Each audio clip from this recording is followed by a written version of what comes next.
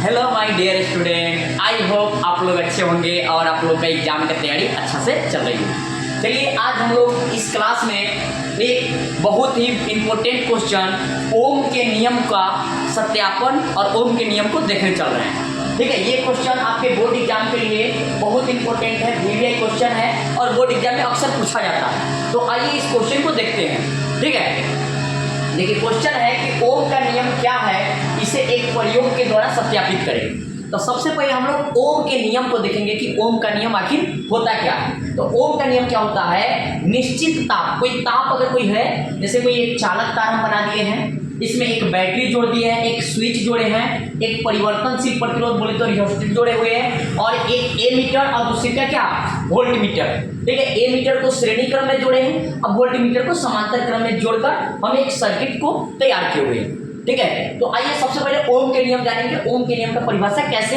इसलिए कि ओम के नियम का खोज 1826 में जॉर्ज साइमन ओम ने किया था। ठीक है, जॉर्ज साइमन ओम ने इसका खोज किए हुए थे। तो आखिर ओम का नियम क्या होता है, जो बोर्ड एग्जाम में अक्सर पूछा जाता है। ओम का नियम अगर पूछे तो हम कैसे बताएंगे कि निश्चित ताप पर कोई चालक तार से प्रवाही धारा उसके विभव के समानुपाती होता है। ठीक है, अर्थात भी समानुपाती आई, इसे हम ओम का नियम कहते हैं। ठीक है, और यही ओम का नियम होता है जहाँ पे अगर हम भी का मान को यहाँ पे इसका गणितीय रूप भी बराबर आई होता है। ठीक है, हम शॉर्ट में बताए हैं। इस वीडियो में हम लोग को सत्यापन को बारीकी से समझना है। देखिए सबसे पहले हम क्या किए हैं, एक सर्किट तैयार किए हैं जिसमें बैटरी, स्विच, परिवर्तनशील प्रतिरोध और ए मीटर को श्रेणी क्रम में और वोल्ट मीटर को समांतर क्रम में जोड़कर विद्युत परिपथ को पूरा किया गया है। इसके बाद हम अगर स्विच को ऑन करेंगे तो चालक तार से धारा आई प्रवाहित तो होने लगती है। अब परिवर्तनशील प्रतिरोध की सहायता से प्रतिरोध के मान को बदलते हैं, जिसके फलस्वरूप हम देखते हैं कि धारा का मान भी बदल जाता है। धारा के अलग अलग मान के लिए वोल्ट मीटर की सहायता से विभवांतर के मान को ज्ञात करते हैं। अब धारा और विभवांतर के मान को क्रमशः एक्स अक्ष और वाई अक्ष पर रखकर एक ग्राफ खींचते हैं जो मूल बिंदु से होकर गुजरती है। हम देखते हैं कि धारा के मान को बढ़ाने पर विभवांतर का मान बढ़ जाता है और धारा के मान को घटाने पर विभवांतर का मान घट जाता है। अतः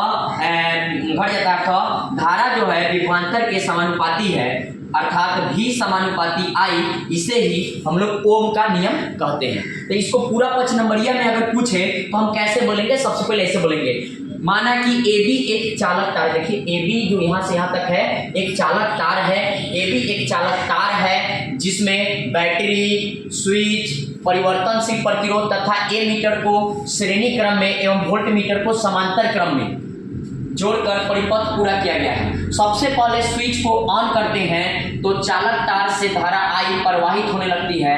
इसके बाद परिवर्तनशील प्रतिरोध की सहायता से प्रतिरोध के मान को बदला जाता है, जिसके फलस्वरूप धारा का मान बदल जाता है। धारा के अलग अलग मान के लिए वोल्ट मीटर की सहायता से विभवांतर के मान को ज्ञात करते हैं। इसके बाद धारा और विभवांतर को क्रमशः